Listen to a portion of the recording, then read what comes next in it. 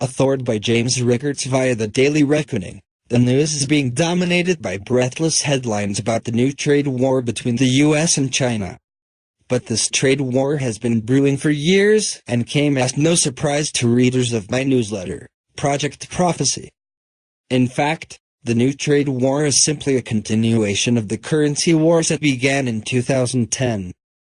I've warned for over a year that President Trump's threats of tariffs should be taken seriously, while most of Wall Street discounted Trump's talk as mere bluster. Now the trade wars are here as we expected, and they will get much worse before they are resolved. Currency wars arise in a condition of too much debt and too little growth.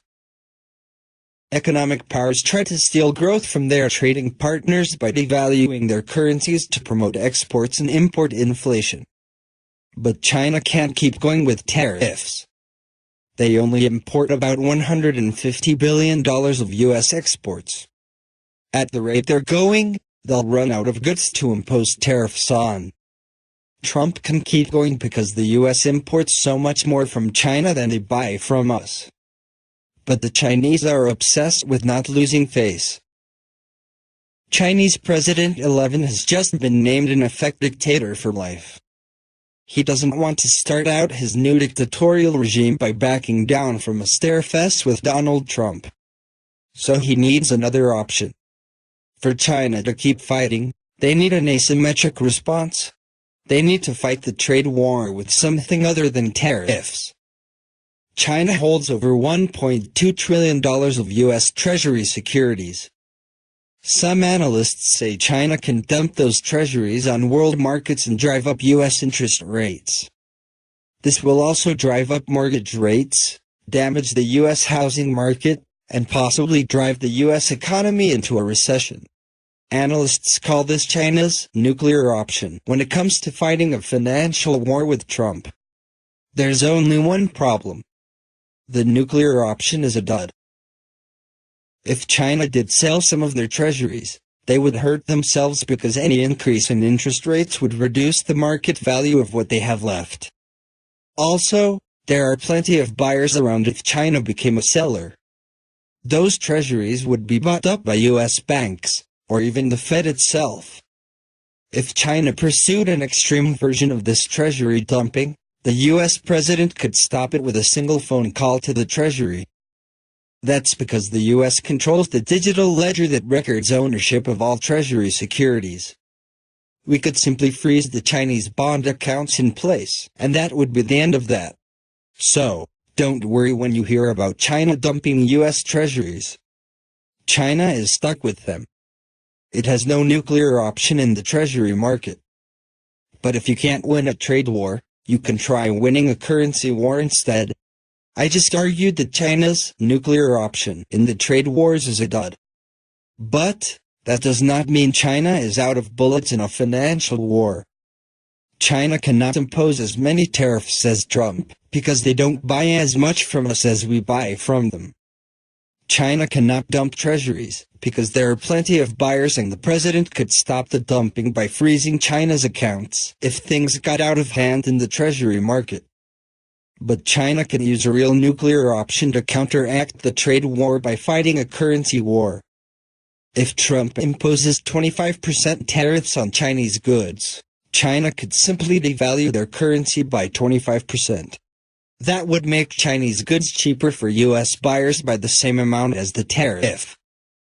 The net effect on price would be unchanged and Americans could keep buying Chinese goods at the same price in dollars.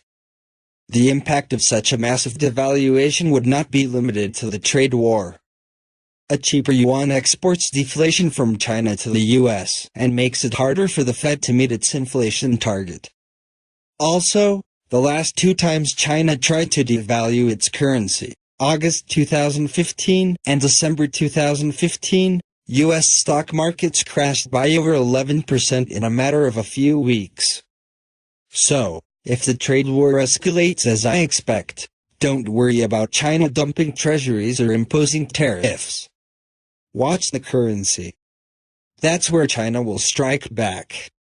When they do, U.S. stock markets will be the first victims. Maybe you think that's unlikely, because it would be such an extreme reaction by China. But you have to put yourself in the shoes of China's leadership. These aren't academic issues to China's leaders. They go to the heart of the government's very legitimacy. China's economy is not just about providing jobs, goods and services. It is about regime survival for a Chinese Communist Party that faces an existential crisis if it fails to deliver. The overriding imperative of the Chinese leadership is to avoid societal unrest. If China encounters a financial crisis, 11 could quickly lose what the Chinese call the mandate of heaven. That's a term that describes the intangible goodwill and popular support needed by emperors to rule China for the past 3,000 years. If the mandate of heaven is lost, a ruler can fall quickly. Up to half of China's investment is a complete waste. It does produce jobs and utilize inputs like cement, steel, copper and glass. But the finished product, whether a city, train station or sports arena, is often a white elephant that will remain unused. Chinese growth has been reported in recent years as 6.5-10% but is actually closer to 5% or lower once an adjustment is made for the waste. The Chinese landscape is littered with ghost cities that have resulted from China's wasted investment and flawed development model. What's worse is that these white elephants are being financed with debt that can never be repaid. And no allowance has been made for the maintenance that will be needed to keep these white elephants in usable form if demand does rise in the future, which is doubtful. Essentially, China is on the horns of a dilemma with no good way out. On the one hand, China has driven growth for the past 8 years with excessive credit, wasted infrastructure investment and Ponzi schemes. The Chinese leadership knows this, but they had to keep the growth machine in high gear to create jobs for millions of migrants coming from the countryside to the city and to maintain jobs for the millions more already in the cities. The two ways to get rid of debt are deflation, which results in write-offs, bankruptcies and unemployment, or inflation, which results in theft of purchasing power, similar to a tax increase. Both alternatives are unacceptable to the communists, because they lack the political legitimacy to endure either unemployment or inflation. Either policy would cause social unrest and unleash revolutionary potential. China's internal contradictions are catching up with it. China has to confront an insolvent banking system, a real estate bubble, and a $1 trillion wealth management product Ponzi scheme that is starting to fall apart. A much weaker yuan would give China some policy space in terms of using its reserves to paper over some of these problems. A MAXI devaluation of their currency is probably the best way to avoid the social unrest that terrifies China. When that happens, possibly later this year in response to Trump's trade war, the effects will not be confined to China. A shock yuan MAXI devaluation will be the shot heard round the world as it was in August and December 2015, both times. U.S. stocks fell over 10% in a matter of weeks. China doesn't have a trade war nuclear option. But it does have one very powerful weapon. And it looks like it could be getting ready to use it. Trump moves from trade war to currency war. Believe nothing in politics until it has been officially denied. Otto von Bismarck, the author of this maxim, knew something about politics a good deal more than something, in fact. For reasons about to be made abundantly clear. You may wish to keep his cynical counsel close at hand. Monday, reporters asked the Chinese government spokesman about the possibility of the United States labeling China a currency manipulator. The spokesman's response, and recall believe nothing in politics until it has been officially denied, China has no intention to use means like the competitive devaluation of its currency to stimulate exports. You are hereby warned. Trade war is evolving into currency war, declares Goldman Sachs in affirmation. Evolving? No, counters Bloomberg, the currency war has arrived. What prompted the reporter's question in the first place?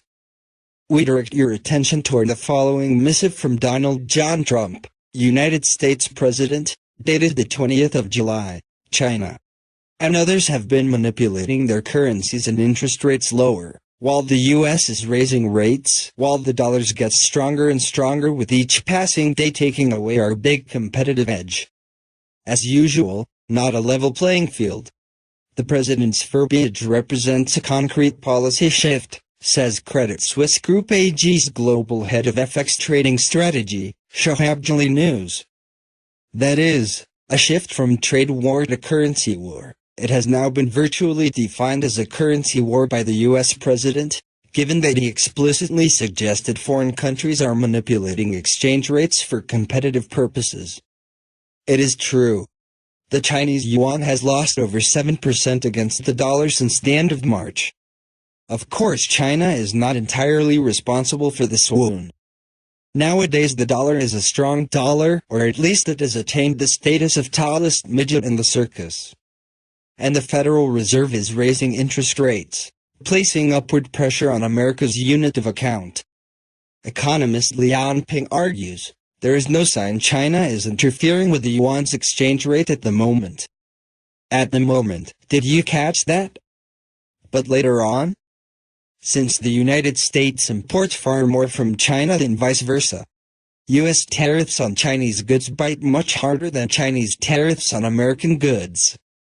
Tariffs cannot therefore be China's principal trade war weapon. Many argue that China can disgorge a goodly portion of its $1.2 trillion in U.S. Treasury debt, the nuclear option.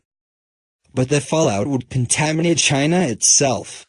It would decimate the value of its remaining Treasury holdings, and throw the nation's finances into arrears. The nuclear option is therefore no option. That leaves devaluation.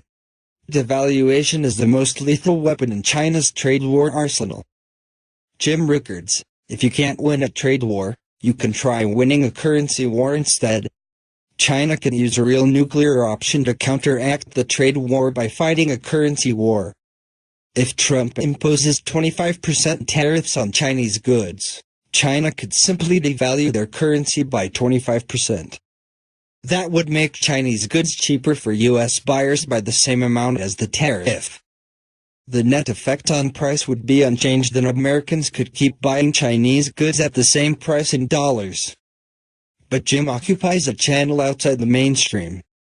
He may have predicted Brexit and Trump's victorious election, yes. But his is not the aroma of respectable opinion. He doesn't give off the odor of cardboard. Well then, how about a totem of the establishment, a card-carrying Keynesian and a Nobel Prize winner, no less? We have just described economist Joseph Stiglitz precisely. From whom, the extra 24NG rate is one of many instruments China could use. They would make a big effort to say what they are doing is not motivated by that. Perhaps a Chinese devaluation is not such a fringe idea after all.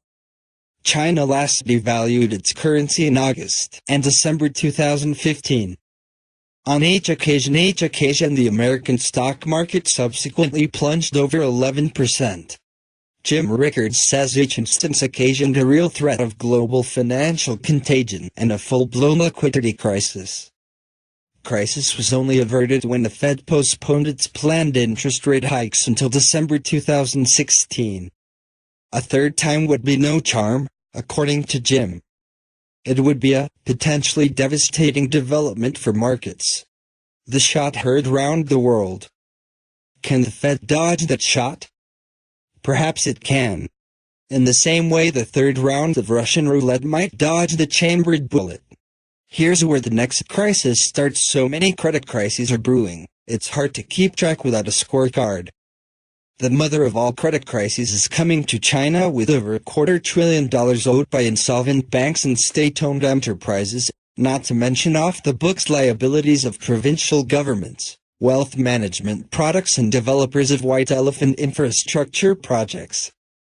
Then there's the emerging markets credit crisis, with Turkey and Argentina leading a parade of potentially bankrupt borrowers vulnerable to hot money capital outflows and a slowdown of growth in developing economies. Close on their heels is the U.S. student loan debacle, with over $1.5 trillion in outstanding debt and default rates approaching 20%. Now we're facing a devastating wave of junk bond defaults. The next financial collapse, already on our radar screen, will quite possibly come from junk bonds. Let's unpack this. Since the great financial crisis, extremely low interest rates allowed the total number of highly speculative corporate bonds, or junk bonds, to rise 58%, a record high. Many businesses became highly leveraged as a result. There's currently a total of about $3.7 trillion of junk bonds outstanding. And when the next downturn comes, many corporations will be unable to service their debt. Defaults will spread throughout the system like a deadly contagion, and the damage will be enormous. This is from a report by Maria Rosa Verdi, Moody's senior credit officer. This extended period of benign credit conditions has helped many weak, highly leveraged companies to avoid default. A number of very weak issuers are living on borrowed time while benign conditions last. These companies are poised to default when credit conditions eventually become more difficult.